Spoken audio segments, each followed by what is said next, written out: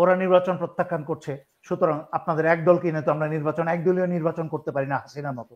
তাহলে তো হাসিনার আমলে নির্বাচন, যেসব নির্বাচন কমিশন ওই রকিব ফকিব পাচাটা কুকুরগুলো আওয়াল টাওয়াল এরা যারা করেছে, এদের মতো তাহলে আমরাও হয়ে গেলাম। তারেক রহমান প্রধানমন্ত্রী যদি হতে চান, সেই প্রধানমন্ত্রী হওয়ার শখ আছে, কিন্তু উনি দেশে আসতে ওনার জীবনের নিরাপত্তা আছে কিনা সেটা নিয়ে লন্ডন বসে থাকবেন। এরকম নেতা হলে তো কোনোদিন নেতা হওয়া যাবে না, খেতা হওয়া যাবে, নেতা হওয়া যাবে না। সুতরাং আমি তারেক রহমানকে বলবো, যদি আপনি আপনার ওয়াইফকে পাঠিয়েছেন বাংলাদেশে, তার মানে আপনার ওয়াইফের জন্য আপনার কোনো স্নেহ ভালোবাসা নাই, যে আপনার বউ মরলে মরুক, কিছু আসা যায় না, আমি লন্ডনে থাকি। আমি একটা আপনার অনুষ্ঠানের মাধ্যমেই আমি একটা কথা বলি, জামাতকে একটা কথা বলি, শুনেন। যখন দেশে এই ধরনের গন্ডগোল শুরু হয়, যখন মানুষের মনের মাঝখানে মানুষের মন কেউ জয় করতে পারছে না, তখন সবচেয়ে ভালো কাজ হচ্ছে চুপ থাকা। আপনারা তো হুজুর মানুষ, নামাজ কালাম পড়েন, মাদ্রাসা পড়ে আসেন, কোরআন জানেন, ইসলাম জানেন, আপনারা কি এইটুকু বুঝেন না? এই সময় নীরবতা হচ্ছে অতি উত্তম। আপনারা চুপ করে থাকেন। আপনারা প্রয়োজনে যখন এনসিপির মধ্যে বিএনপির মাঝখানে ভুল বুঝাবুঝি হচ্ছে, আপনারা গিয়ে তাদেরকে, নেতাদেরকে ডেকে একসাথে একটা চায়ের দাওয়াত দেন, চায়ের দাওয়াত দিয়ে তাদের মাঝখানে ভুল বুঝাবুঝি কাটিয়ে দেন। আমি দেখছি সালাউদ্দিনকে আর নাহিদকে কোলাকুলি করতে। এইসব শো আমার কাছে, এই যে ডক্টর ইউনূস ঘোষণা দিল ড্রোন হবে জুলাই, এগুলো হচ্ছে ভণ্ডামি, এগুলো হচ্ছে লাখ ভেলকি লাখ। এগুলা করে ডক্টর ইউনূসও কিন্তু ওই হাসিনার দিকে চলে যাচ্ছে, লাখ ভেলকি লাখ। যেইভাবে দেখলাম আমাদের স্বরাষ্ট্র উপদেষ্টা ক্যামেরার সামনে জিলাপি বিতরণ করে যাচ্ছে, মিষ্টি বিতরণ করে যাচ্ছে সৈনিকদের মাঝখানে, এগুলো হচ্ছে সব কি বলে ওটাকে, মিডিয়া সার্কাস। আপনার যদি জিলাপি বিতরণের শখ থাকে, আপনার অন্য কিছু ক্যামেরায় আসার দরকার নেই, তো আপনি আড়ালে করেন এইসব নাটক। আর বাঙালিতে হচ্ছে হুজুকে তেলবাজ, চরিত্রের ভিতরে নোংরামি। একটু জিলাপি বিতরণ দেখলো, এরকম একটা ইতিহাসে কি কোনোদিন এরকম একটা দেখেছেন? এগুলা এই কারণে কিন্তু জাতের ভাগ্যের পরিবর্তন হয় না। এরা হচ্ছে হুজুগে, অথর্ব, মাথায় কোনো জ্ঞান নাই, কোনো চিন্তা শক্তি নাই, যা দেখে চিলে কান নিয়ে গেছে, চিলের পিছনে ছোটে, কানে হাত দিয়ে দেখে না। এখন আপনার কি মনে হচ্ছে নির্বাচনের দিকে যাবে? মানে ফেব্রুয়ারিতে নির্বাচন হবে না, ফেব্রুয়ারিতে নির্বাচন হবে না, দ্যাটস ফর শিওর। কেন নির্বাচন হবে না? আমি আগে দুইটা যুক্তি দিয়েছি। আমি কোভিডের কথা বলেছি, কোভিড টুভিড সব বাদ দিলাম। বিএনপি নির্বাচন চাইছে, কিন্তু এনসিপি সম্পূর্ণভাবে শক্তিশালী না হয়ে এনসিপি নির্বাচনে রাজি হবে না। জামাত এবং এনসিপি উভয় দলই বলে দিয়েছে আমরা সংস্কার ছাড়া নির্বাচনে যাব না। সুতরাং জামাত এবং এনসিপির মতো একটা বড় দুইটা দল যদি নির্বাচনে না যায়, বিএনপি একা নির্বাচনে গেলে মনে করেন কি ডক্টর ইউনূস নির্বাচন দিবে? নির্বাচন কমিশন বলবে ওরা নির্বাচন প্রত্যাখ্যান করছে, সুতরাং আপনাদের এক দলকে নিয়ে তো আমরা নির্বাচন একদলীয় নির্বাচন করতে পারি না হাসিনার মতো। তাহলে তো হাসিনার আমলে নির্বাচন, যেসব নির্বাচন কমিশন ওই রকিব ফকিব পাচাটা কুকুরগুলো আওয়াল টাওয়াল এরা যারা করেছে, এদের মতো তাহলে আমরাও হয়ে গেলাম। কারণ অ্যাটলিস্ট কমসে কম এই নির্বাচন কমিশনে আর কাউকে না চিনি, একজন মানুষকে চিনি, ঘনিষ্ঠভাবে চিনি, যিনি উনি ভালো মানুষ। আমাদের brigadier general Fazal 18 BMA long কোর্সের সোর্ড অফ অনার। উনি যেভাবে কমান্ড দিতেন পাসিং আউট প্যারেডে, উনার কাছে উনাকে অনুসরণ করে আমি পাসিং আউট প্যারেডে সেইভাবে কমান্ড দিতাম। I have lots of respect and regard for him. কিন্তু উনার মতো একজন ভালো মানুষ আছে। যখন ওই কি বলে ইসকন, তারপরে এইসব ভারতীয় কোনো বিজেপি টাইপ মার্কা নিতে যায় ওই নির্বাচন কমিশনের কাছে, তখন আমি ওনাদের কাছে রিকোয়েস্ট পাঠাই, স্যার কি হচ্ছে এইগুলা দেখেন স্যার। এবং আমার সম্পূর্ণ বিশ্বাস ওনারা সদা সর্বত্র দেশের জনগণের স্বার্থ সবার আগে দেখবেন।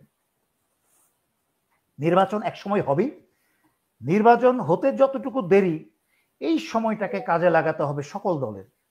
এবং বিশেষ করে আমি বিএনপিকে অনুরোধ করবো, এখনো যদি বিএনপির কারোর মাথায় মস্তিষ্ক থেকে থাকে আর মনের মাঝখানে বিন্দুমাত্র ভালো মানুষ থেকে থাকে, আমি তাদেরকে অনুরোধ করব যে দয়া করে নির্বাচনের আগে যতটুকুই সময় পাচ্ছেন, this is blessing in disguise, মানে যাকে বাংলায় কি বলে, সাপে বর না কি বলে, যে এই সময়টাকে কাজে লাগান দলটাকে পুনর্গঠন করতে। দলের উপরে যে কালিমা এবং যেই সব লেগেছে, এটাকে দলটাকে কালিমা মুক্ত করেন। সবার আগে বিএনপির যত বুড়াদুরা বদমাশগুলো আছে এগুলোকে বিদায় করেন। আর তারেক রহমানের প্রতি আমার অনুরোধ, বারবার বলেছি, আল্লাহর রাস্তায় দেশে ফেরত আসেন। দেশে ফেরত এসে এই এতিম ছেলে, বিএনপির এতিম ছেলে পেলেগুলো, আমি জনাব তারেক রহমানকে অনুরোধ করব, আল্লাহর রাস্তায় দেশে আসেন। দেশে এসে বিএনপির এইসব এতিম ছেলে পেলেগুলার কি বলে গার্ডিয়ানের দায়িত্ব নেন। যতদিন পর্যন্ত এই কাজ না করবেন, বিএনপি প্রতিদিন তত ধ্বংস হতে থাকবে। বিএনপির বিরুদ্ধে মানুষের ঘৃণা তত বেশি বাড়তে থাকবে। এখন আসি আপনার প্রশ্নে, তারেক রহমানের জন্য নিরাপদ কিনা? অত্যন্ত লজ্জাজনক। কারণ যখন জুলাই আগস্টে যেসব ছেলেপেলে, বাচ্চা ছেলেপেলে রাস্তায় নেমেছিল, সাই যখন হাত তুলে দিয়েছিল বুলেট নেওয়ার জন্য, সে তো কোনো রাজনৈতিক দলের প্রধানমন্ত্রী হওয়ার চিন্তা করে ওখানে যায় নাই। তাকে 5,000 টাকা দেওয়া হবে হাসিনা পড়ে গেলে, সেই জন্যও কিন্তু সেখানে যায় নাই। সাইদের মতো একটা ছেলে, সে যদি বিনা স্বার্থে দেশ রক্ষায় রাস্তায় দাঁড়িয়েছিল, তার জীবনটাকে বাজি রেখে, তারেক রহমান আজকে যদি বিএনপি নির্বাচনে জয়ী হয়, তারেক রহমান প্রধানমন্ত্রী যদি হতে চান, সেই প্রধানমন্ত্রী হওয়ার শখ আছে, কিন্তু উনি দেশে আসতে ওনার জীবনের নিরাপত্তা আছে কিনা সেটা নিয়ে লন্ডন বসে থাকবেন। এরকম নেতা হলে তো কোনোদিন নেতা হওয়া যাবে না, খেতা হওয়া যাবে, নেতা হওয়া যাবে না। ওইসব চোর বদমাস তেলবাজদের আশেপাশে যারা তেল মারে, স্যার বা তারেক ভাই আপনি তো চ্যাম্পিয়ন, আপনার মতো নেতা একটা হয় না, যারা বালতি দিয়ে তেল ঢালে, তাদের তেল সারা জীবন খেতে থাকবেন, লন্ডনেই বুড়া হবেন, লন্ডনেই দাফন কাফন হবে, বাংলাদেশে আর আসতে পারবেন না। কারণ এই ভয় তো কোনোদিন যাবে না। কারণ যেই দেশের প্রতিবেশী ভারত, তার সবসময় এই কথাটা আমাকে আমার এক সিনিয়র বলেছিল, আমি কথাটা পাবলিকলি বলতে চাই না, তাও একটু বলতে হয়। আমার এক সিনিয়র বলেছিলেন এই কথাটা, আমাকে টেলিফোনে প্রাইভেটলি বলেছিলেন, যেই দেশের প্রতিবেশী ভারত, সেই দেশের মানুষকে সবসময় এক হাত সামনে রাখতে হবে যা কিছু করার, আর আরেক হাত সবসময় পিছনে রাখতে হবে ব্যাক সাইডটা কাভার দেওয়ার জন্য। বুঝাতে পারলাম কথাটা? হ্যাঁ, তারেক রহমান, বাংলাদেশ ভারত যাদের প্রতিবেশী, এবং যেই বিএনপির ভিতরে ভারতীয় দালাল মির্জাফর এবং বাংলাদেশ ভরা মির্জাফর, সেখানে তারেক রহমানের তো এই মৃত্যুর আশঙ্কা সারা জীবন থাকবে। কিন্তু তারেক রহমানের ইমানের শক্তির উপর নির্ভর করে যে তাকে যখন আল্লাহ তাকে মৃত্যু রেখেছে, তার আগে তার মৃত্যু দেওয়ার, তাকে হত্যা করার ক্ষমতা কারণ নেই।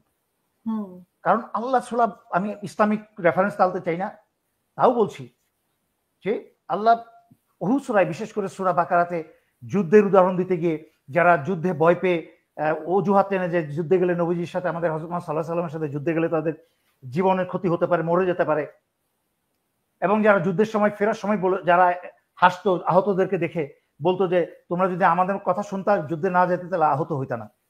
আল্লাহ তাদের উদ্দেশ্যে কোরআনে বলেছেন, ওদেরকে বলে দাও, ওরা যদি ঘরেও বসে থাকে, মৃত্যু যখন অবধারিত তখন মৃত্যু আসবেই।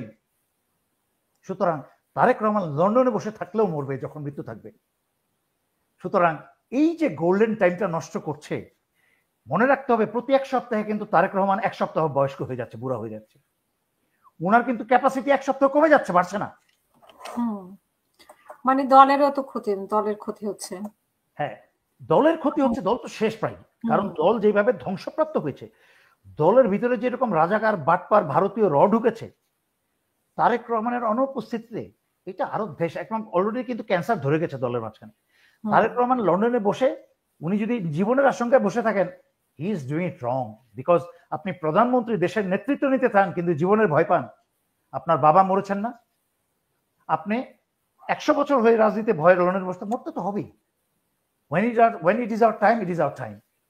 সুতরাং আমি তারেক রহমানকে বলবো, যদি আপনি আপনার ওয়াইফকে পাঠিয়েছেন বাংলাদেশে, তার মানে আপনার ওয়াইফের জন্য আপনার কোনো স্নেহ ভালোবাসা নাই, যে আপনার বউ মরলে মরুক, কিছু আসা যায় না। আমি লন্ডনে থাকি, যেই স্বামী তার বউকে ভালোবাসে, কোনো স্বামী স্বামী যেমন বরং যাবে আগে, আমি যাই দেখে আসি, তারপরে তুমি যেও। বউ সন্তানকে, সত্যিকার একটা পুরুষ তার ওয়াইফ এবং স্ত্রীকে নিরাপদ স্থানে রেখে বলবে আমি যাচ্ছি, আমি আগে যাই দেখি পরিস্থিতি, তারপরে আমি বললে তোমরা এসো, তার আগে এসো না। উনি আগে পাঠিয়ে দিয়েছেন ওয়াইফকে। আল্লাহর রাস্তায় হাত জোর করে জনগণের কাছে আমার বলার আছে, আল্লাহর রাস্তায় আপনারা হুজুগ হওয়া বন্ধ করেন, আল্লাহর ওয়াস্তে একজন আরেকজনের পাশে দাঁড়ান, আল্লাহর ওয়াস্তে নিজেদের মাঝখানে মারামারি কাটাকাটি বন্ধ করেন। দেখবেন বাংলাদেশে সবকিছু শান্তিপূর্ণ হয়ে গেছে। নির্বাচন শান্তিতে হবে, বাংলাদেশে একটা দেশপ্রেমিক সরকার আসবে। আপনারা যখন একত্র থাকবেন তখন দেশের বিরুদ্ধে যাওয়ার, ভারতের পক্ষে গিয়ে দেশের বিরুদ্ধে কাজ করার কোনো শক্তি কোনো রাজনৈতিক দলের আর হবে না। আল্লাহর রাস্তা আপনারা একত্র থাকেন। ছাত্ররা যারা বিভিন্ন বিশ্ববিদ্যালয় থেকে মিছিল নিয়ে বেরোচ্ছ, তোমরা অশ্লীল গালিগালাজ না করে কোনো ব্যক্তির বিরুদ্ধে দেশের ভিতরে এই কালচারটা বন্ধ করে তোমরা তোমাদের পড়াশোনা করো। পড়াশোনা করে, কারণ তোমাদের মনে রাখতে হবে, তোমরা যদি ডাক্তার ইঞ্জিনিয়ার না হও, তোমরা যদি সবাই রাজনীতিতে জয়েন করে যাও, দেশটা শেষ, ধ্বংস হয়ে যাবে। এটাই ভারত চায় যেন তোমরা রাজনীতিতে প্রবেশ করো। তোমরা যারা রাজনীতি তোমাদের মনে রেখো, রাজনীতি কিন্তু তোমাদের প্রফেশন না। রাজনীতি হচ্ছে তোমাদের একটা সার্ভিস দেশের জন্য। এই সার্ভিস থেকে তোমরা পয়সা আশা করতে পারো না। এই সার্ভিসের পাশাপাশি তোমাদের নিজস্ব আরেকটা প্রফেশন থাকতে পারে। তুমি ডাক্তার হতে পারো, তুমি ইঞ্জিনিয়ার হতে পারো, তুমি যে কোনো কিছু হতে পারো প্রফেশন, সেটা দিয়ে পয়সা উপার্জন করো। তুমি তোমার ডাক্তারের চেম্বারসে যাও, তোমার একটা অফিস থাকুক, কাজ করো। তার মাঝে মাঝে তুমি এমপি হও, মিনিস্টার হও। যখন তুমি একটা সরকারি পদ পাবে তখন তুমি সেটা সার্ভিস এবং প্রফেশন হতে পারে, বেতন যা পাও পাও। কিন্তু তোমরা যারা আজকে মনে করেছো যে কোনো রাজনৈতিক দলে অংশগ্রহণ করলাম আর জীবনে প্রতিষ্ঠিত হয়ে গেলাম, রাস্তার পোকামাকড় হয়ে মরবে। তোমার সন্তান স্ত্রীরা রাস্তার পোকামাকড় হয়ে মরবে, জীবনে কিচ্ছু করতে পারবে না। আমার কথাটা যদি মনে না রাখো, না আর শোনো, তোমরা পড়াশোনায় ফেরত যাও। যদি এনসিপিতে থাকতে চাও, রাজনীতি করো, কিন্তু পড়াশোনা ছেড়ো না। তোমার মা বাবা সারাটা জীবন স্যাক্রিফাইস করে তোমাদেরকে পড়াশোনা করিয়েছে যেন তোমরা কিছু একটা হয়ে দেশের মুখ উজ্জ্বল করো, নিজের পরিবারের মুখ উজ্জ্বল করো এবং নিজের পায়ে দাঁড়াতে পারো। তোমরা কিন্তু এইসব রাজনীতি করে জীবনে কিচ্ছু করতে পারবে না। আজকে বড় বড় চ্যাম্পিয়ন হবে রাস্তায় মিছিল করে, কালকে কিন্তু গুলি খেয়ে নয় চাকু খেয়ে মারা যাবে। আর নয়তো দেখবে তোমাকে ছেড়ে সবাই নেতা নেত্রী হয়ে গেছে, মন্ত্রী মিনিস্টার, তোমাকে কেউ দেখে নাই। তখন তুমি পড়াশোনাও করো নাই, অশিক্ষিত, বেকার, জীবনে কিচ্ছু কাজে আসবে না। আর টেক কেয়ার অফ ইয়োরসেলফ, আগে নিজের দেখাশোনা করো। এটাই আমি বলতে চাই, কারণ এই জাতির চরিত্র ঠিক না হলে এই দেশের ভাগ্য কোনোদিন বদলাবে না।